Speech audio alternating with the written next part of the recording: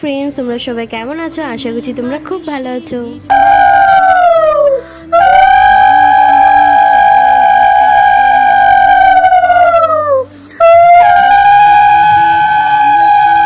অনেক দিন ধরে ভাবা হচ্ছিল যে পুজোর জন্য একটা নিরামিষ চুলা আনা হবে, আমাদের বাড়িতে ছিল না। তো যার জন্য দেখো, লক্ষ্মী পূজার থেকে শুভ দিন থেকেই শুরু করা হলো নতুন চুলাটাকে। মা প্রথমে পুজো করে নিচ্ছে, এখানে এক এক করে সব কিছু দিয়ে সুন্দর করে প্রথমে চুলাটাকে পুজো করে নিল, মানে যাত্রা করে নিল। আর এখন লক্ষ্মী ঠাকুরের জন্য ভোগ রান্না করা হবে সকাল সকালে। তো দেখো, এখন ভোগে প্রথমেই তো পায়েস হচ্ছে দুধের জিনিস, সবাই বলে যে অনেক শুভ। তো তার জন্য আমরাও পায়েস দিয়েই প্রথম যাত্রাটা শুরু করলাম। এখানে মা দেখো পায়েসটা বসিয়ে প্রণাম করে নিল, নমস্কার করে নিল ঠাকুরকে। তারপরে দেখো এখানে সব কিছু পায়েসের জোগাড় করা হচ্ছে। এখানে মা চালটাকে ঘি দিয়ে সুন্দর করে মেখে রেখে দিয়েছিল অল্পক্ষণের জন্য। তারপর দুধটা একটু একটু জাল দেওয়া হয়ে গেছে, তারপর দেখো রেডি করছে।